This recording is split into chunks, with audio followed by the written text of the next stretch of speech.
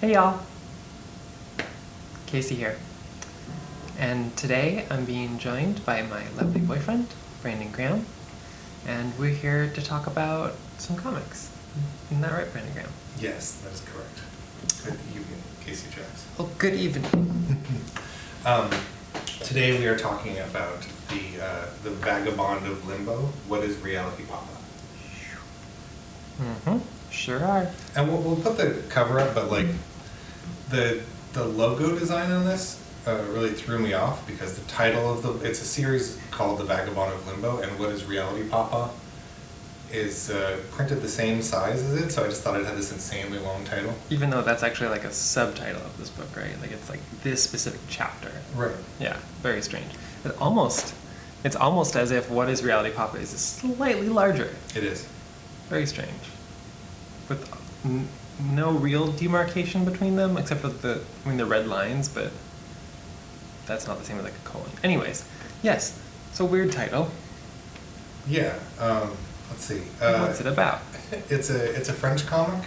It's a series done by Godard and Ribera, who are two cartoonists, and on this one, I believe Godard did the writing and Ribera did the illustration. Because Godard's actual illustration that he does is much more cartoony than this is. But yeah, so this is a series that started in 1975 and went until 2003, and had 32 volumes, and for some reason they just translated 2 of them in the middle. So this is volume 6. Wait, I didn't know that. They only translated 2 just in the middle of this huge run? Yeah. The other 30 are not in English? Right, exactly. Awesome. And I think that's part of the disconnect in reading this, because Yeah. a lot of finding this book is both of us are like, what is this thing? Because we have a situation right now where we're just going through a bunch of boxes, and there's an amazing amount of books that I've never read that I just been keeping in storage. Where did this come from? Where did this comic from the 70s show up? Yeah, totally. Right, exactly.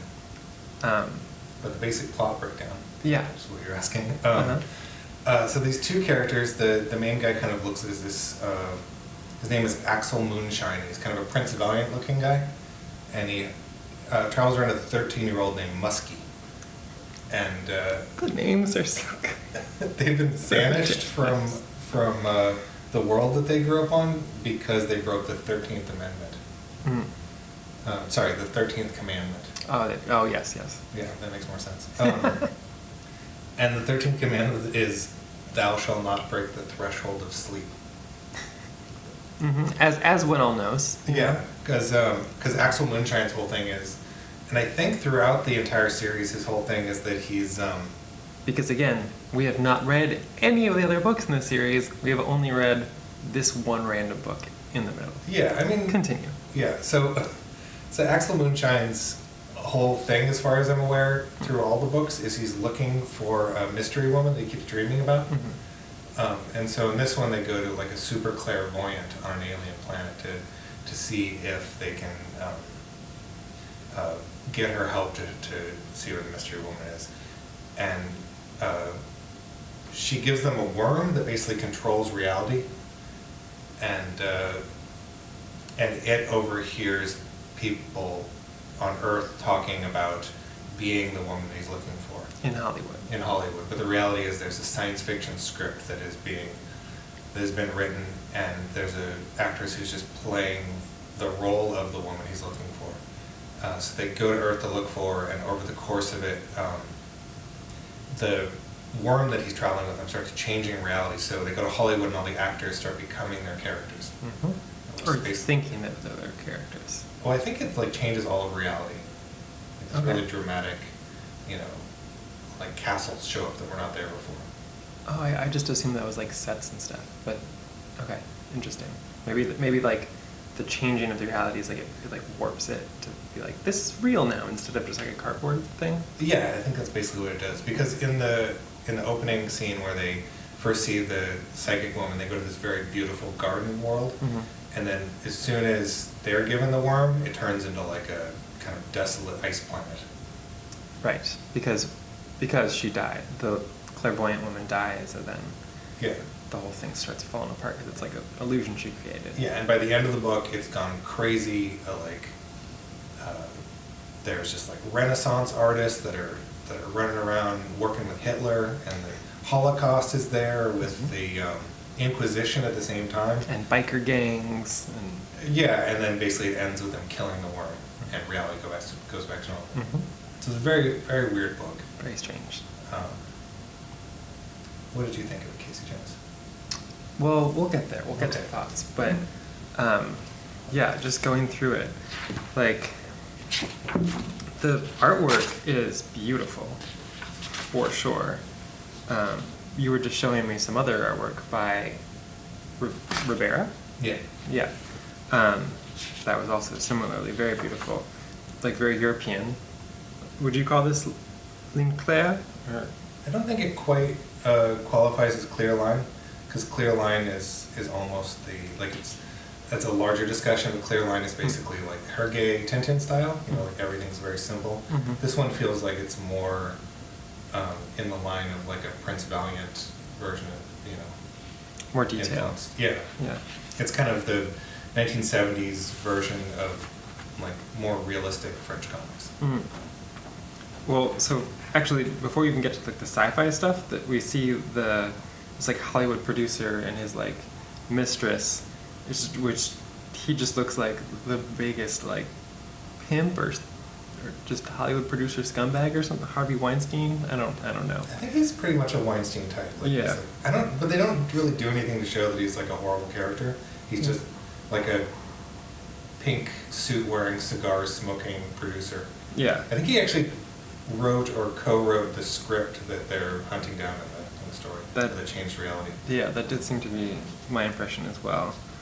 I mean, he certainly does not care for his mistress. But yeah, so then once we get to the actual sci-fi part, super beautiful, like the garden world that you were talking about. I really like the spaceships in it. They have these weird like orb vehicles that travel around in. It kind of looks like the Moonlander to me, like Yeah. the prong legs, but then the spherical body. And there's cool things like to pay the clairvoyant woman, they just give her this weird. They call it a sesame, Yeah. but I don't understand. Like, I don't know why they're using that word. Like, I like that part though, because it's Yeah. like they're like, oh, she's gonna do this amazing thing just for one sesame. yeah, and they don't really explain that. And maybe they explain that in a different.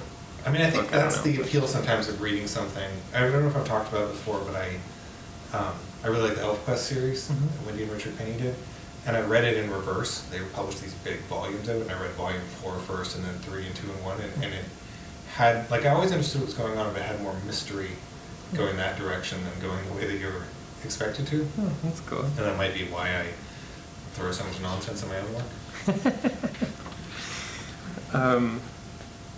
But yeah, so like the garden world is incredibly beautiful. This even reminds me of like Mobius-ish stuff, like especially with the coloring. Yeah, I mean, this book would have been happening when Mobius was kind of at his kind of coming out and wowing all of Europe. Totally. But yeah, so they meet the clairvoyant lady. They give her the sesame, and it's the last sesame she needs. Oh yeah, she decided to collect 100 sesames. Yes. For whatever reason. For whatever reason. And I like that they don't tell us that at all. Yeah, that was cool. Just like, that's how it is. And when I think I mentioned before, when she gives them the warm reality rips, there's actually a page that shows reality ripping in two. Yeah, and I was actually, I didn't quite understand what was happening when I first read that, so I went back to it later, and but it is a really, really cool storytelling device. And I didn't even notice this like worm that was around her neck the whole time until she's like, here you go. Here's a Right. worm. And it's a gigantic worm that's basically that she's like, oh, this thing's going to live off your blood. And they're like, yeah, sure, no problem. Yeah. And the 13-year-old's really grossed out by it. Mm-hmm. And I like the way the two main characters are dressed. That it's just kind of like this, they almost look like circus characters. They do, yes, with like stripes and just bright Oh, colors. should I tell the horrible reveal that I was reading? Yeah, Maybe. let's go. So throughout the course of all the books, they're looking for this woman that the main guy keeps dreaming about, and he's traveling with this 13-year-old girl that he thinks is a 13-year-old boy. Ah, yes. And the reveal at the end of the book, at least it's implied according to Wikipedia, is that the 13-year-old he's traveling around with turns out to be the love of his life that he's searching for. And how does Axel, what's it? I forget what it is. Axel Moonshine. Moonshine. Thank Put you. some respect on his name. That's right. Respect the shine. How does Axel Moonshine refer to this boy, child, girl? Oh, what does he call? Papa. Oh, that's right. That's where the title thing comes from. What is reality Papa is... He's the older guy talking to the boy, girl, child. Yeah. What? Mm-hmm. Very strange. I mean, you know, maybe it's an elaborate thing where, you know how, like, Biggie was like, I love it when you call me Big Papa? Yeah. Maybe sure she as well loves it when you call her Big Papa. Yeah, I feel like that's probably... Yeah. Yeah. Good call. I feel like there are some things that got, like, lost in translation in this book. Yeah, because initially when you read it, it did not give the impression that you were a fan of it. No, I'm still not, like, a huge fan of it. Sure. But, like... Yeah, didn't make a lot of sense to me, personally. But now with, like, your research and stuff, there's this context for why it doesn't make sense. Because I think there's some translation stuff in it that I feel like could have been clearer, but it made sense to me. And part of it is I've read a lot of weird translated stuff from that era. Yeah, I mean, you would just, like, buy, like, comics that were in French or Japanese and, like, didn't care. Yeah. And just, like, figure it out, which is cool. Which I like a lot because, like, I don't necessarily agree with the idea that there's an idea that you should be able to read a comic in any language and understand it. And I don't think that's true necessarily. It's not a quality judgment, but I think that the reality is that oftentimes you can get the gist of a story even if you don't understand the language. Oh, and when reality starts shifting, one of the first things that they show is a movie set where a character's playing a murderer, and he just, like, attacks a woman and strangles her. Well, he's supposed to do that, but what he does... He doesn't stop. Exactly, yeah. And he's, like, Jack the Ripper, basically. And then, like, why didn't you stop? Why didn't you stop? This is a weird, cool scene with, like, the ship going through reality, I guess? Is that how you interpret this thing? I'm not quite sure. It's smashing through some kind of glass thing. Pretty Hollywood stuff. Oh, yeah. Then you have a guy, so you have Nazis, and this guy literally thinks he's Hitler. Yeah, and Hitler's not the worst character in it. Hitler gets kind of overthrown really quickly. That's true. Yeah, by other terrible people. Yeah. I think there's a king that takes over Hitler's thing, and they have kind of Hitler, they're like, just kind of off panel, they're just like, yeah, we've got him in a room somewhere. Yeah. Yeah, don't worry about him. Yeah. But yeah, the introduction of Hitler is basically to be like, they're like, all right, we just need you to do the scene. And Hitler's just like, I can't win a war like this. You just gave me, like, 2 tanks. I need much more if you're going to expect me to win a war. And it's like, no, you just need this scene. You don't win in this movie. Which produces some interesting dialogue, and then, murder. Yeah, there's this scene, I think the thing you're coming up to, is the producer, director, cigar Weinstein guy, ends up out in the desert, kind of running away from actors that are murderers. Yeah. And he finds the main 2 characters, and they're attacked by a group of people that think that they're kind of Native Americans at war, but they're dressed as, like, half native, half circus clowns. Yeah, sort of. It's like a weird. What's the Road Warrior? Yeah. Like Road Warrior type deal, where they're like just a hodgepodge of. Thunderdome. What? It's a Mystery Science Theater. Yeah, they're just, like, dressed very bizarrely, but, like, vaguely native. It's like this post-apocalyptic gang. I think that's what it's supposed to be. That just reminded me, there's a part where reality doesn't change, where there's a native character who's talking about how he, like, hates the white man and is going to kill them all. And then they kill him, and they notice, like, oh, he's wearing makeup. He's actually white. Which is also a weird disconnect, because I don't know if these guys have been to Earth yet. I don't know if they would have any concept of, like, race in that way. Perhaps. But it really reminded me of like 80s British comics to see like motorcycle gang dressed as like Native American clowns. It felt like when like a early Vertigo comic or when like a 2000 AD book would be like, you know, go very, what's that Kubrick movie? Kubrick? Based on- Oh, I was thinking of the Kubrick. Kubrick Where movie they based on- brainwash the guy who's a horrible teenager. Oh, Clockwork Orange. Yeah, it feels very like the British comics version of Clockwork Orange. Interesting. And it's like it's almost it's kind of nice in a weird way, but it feels like it's just like these like guys that grew up in the 70s are just like, oh, what do cool people dress like in the future? Like, I guess they dress like native clowns.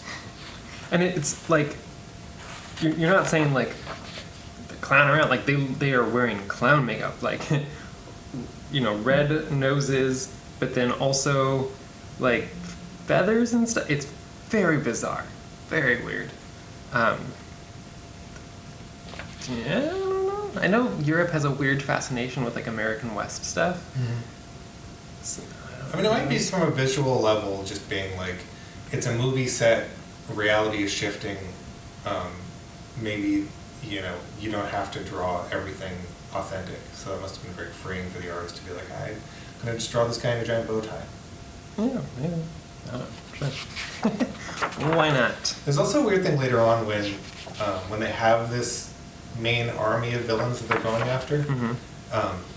They're kind of like SS soldiers, but they have like pink helmets and giant pink bow and arrows. Yes, because reasons. Yeah, I mean, I think it doesn't. I think it goes back to that. Like, there's the Mobius story, The Long Tomorrow, we did with Dan O'Bannon, and it's a very straightforward noir detective story. But Mobius talked about how because the story was such a kind of classic type of story that we knew, he could go crazy with the costumes and with how he drew everything around it. So the main character will wear just like, I'm just going to wear polka dot tights now while solving this hard-boiled detective case. That's cool. And it feels a little like this. Alright. Yeah, sure. From the same era again, from the same country. Yeah. Weird things ensue. Pretty lady. Oh yeah, Napoleon shows up. I also felt like the cover was a bad representation of the interior, because what happens on the cover, like the scene that we're looking at is literally like the scene that happens on the cover, and it's not very important to the comic that Napoleon is there. I wonder, well, but this was made for like English-speaking market. I was gonna say in the French-speaking market, it would be like, oh, Napoleon, like that makes me want to grab this book because it's a French thing, but not for the American market. Maybe they just didn't redesign it. I don't know. But yeah, you got Joan of Arc also, very cool. Got this like Napoleonic era soldier wearing a peace sign, again because reasons. Reality's melting, I guess. The cool orb spaceships, those are rad. Oh yeah, there's a scene here where the main actress that is kind of becoming the woman of his dreams has this kind of SS Gestapo show up at her trailer, and are basically like asking her about her Jewish heritage. Yes. And she just is completely in Hollywood mode. Yeah, I feel like the reality thing affects people differently. And she's just talking to them like she's like signing an autograph. And she's like, I don't know if, I might be Jewish. No understanding what these people are actually there for. Yeah, more weird stuff. It's like back on like the SS Nazi stuff.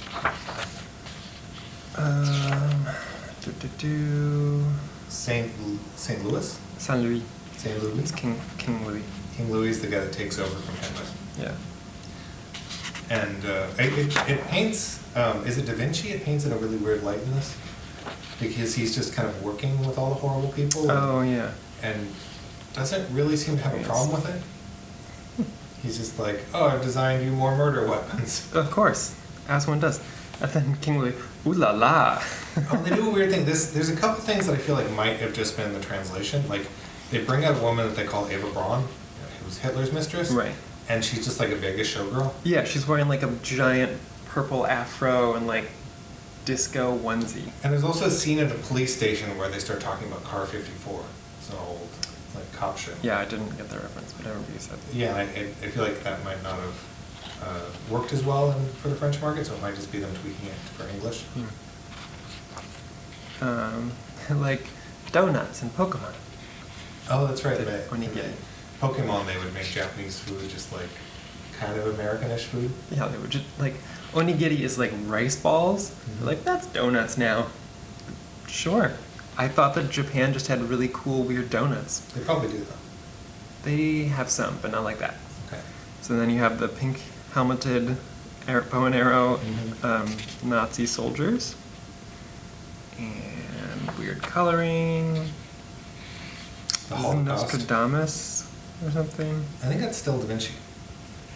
Oh, yeah, right. Yeah, then just the whole, like, this is just the Holocaust. Like, there's no speech bubbles or anything. Like, it's just, that threw me. Yeah, I think I think it Weird. has to hit this wall where like it doesn't matter that this is the part I appreciate about the book is to get to the point where the 13-year-old kills the worm that's changing reality. They have to show how horrible the reality has gotten, and so they have this like scenes where it looks like he's just drawing from photographs of the Holocaust and then mixing it in with Inquisition.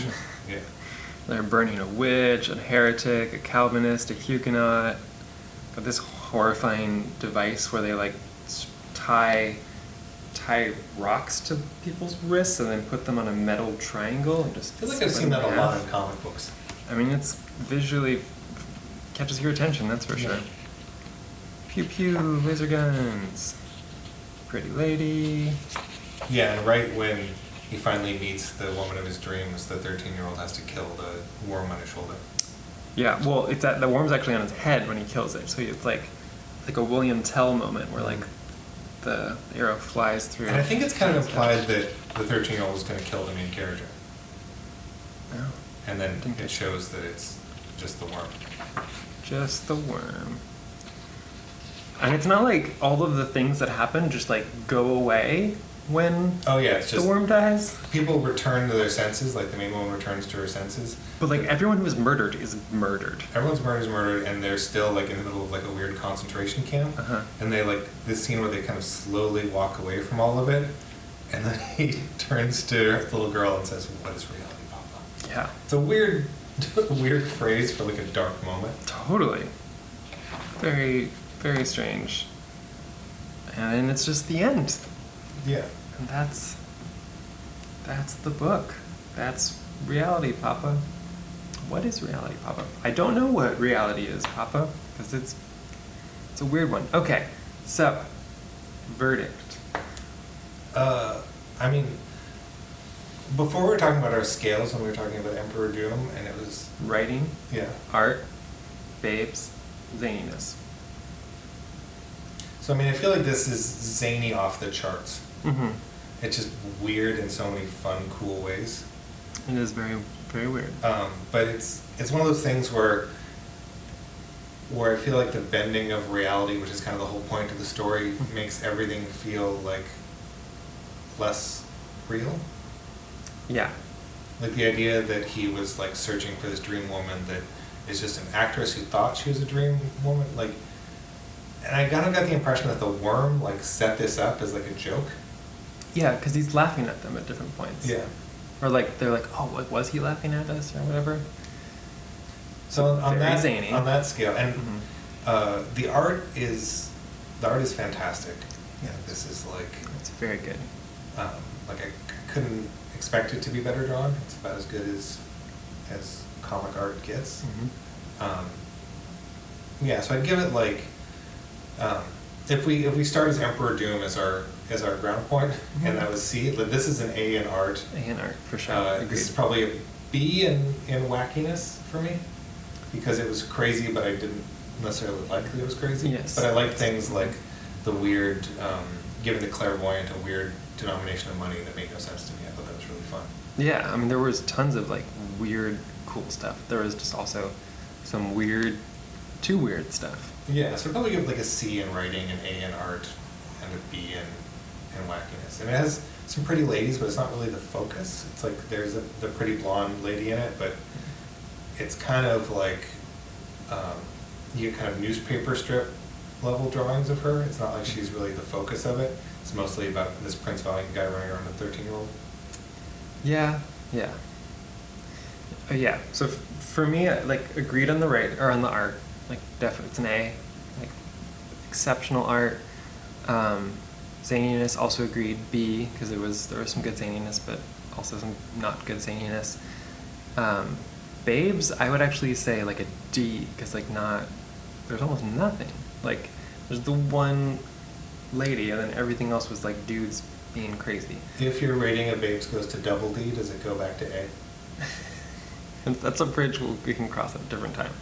The writing, though, I also give a D, because like this thing basically didn't make sense to me. Okay. There's reasons why, but also it's just like way overwritten, which is a common complaint of me for older stuff. Like, they're just like, if I want to read this many words in a book, I will go get one of my Nabokov books, and this writing is not nearly as good as that. Therefore, not interested. Okay. Because I do think this is better than Emperor Doom writing wise. So I disagree with that. I definitely much more enjoyed the writing of Emperor Doom. Like, I got through that relatively easily Mm-hmm. compared to this. This was like a struggle. Like, honestly, by like halfway through, I was like, oh my god, how much longer is there? Because I guess for me, I always have a big separation between what feels like a job and what feels like art. And for me, just comparing this to Emperor Doom, I felt like that was like, it's like a G.I. Joe cartoon. It's not really like, the craft is there, but it's not, I don't really think anyone was trying to say anything. And I think the reason that I give this more credit is it feels like, even if I don't necessarily love how they presented it, I think it's at least it's like an attempting to grapple with kind of like how fictional reality presents itself as being a real thing to us. And that might be putting too much on it, on something that's a reality controlling worm. Well, so I mean, there's some like fine points that we disagree on, but overall, it sounds like the verdict is, generally speaking, we're giving this guy away. Yeah. I mean, truth to be told, I read a lot of comics that I'm like, this is fantastic, and I don't need to own it. Because there's just so much out there, and you have so many books. Sure. The bar is a high one, for sure. Oh, but yes. we found some tonight that might be worthy of keeping. We're hopeful. Right? Yes. Yeah, no, yeah. I'm looking over here because there's like an insane number of There's a books cat just over there as well. We can review the cat. filling our living room. Are we keeping the cat? We're keeping the cat. Bees all around. It's if the cat wants to keep us, that's the thing. Anyways, thanks for watching. If you got something out of this video, please click those like and subscribe buttons. And until next time.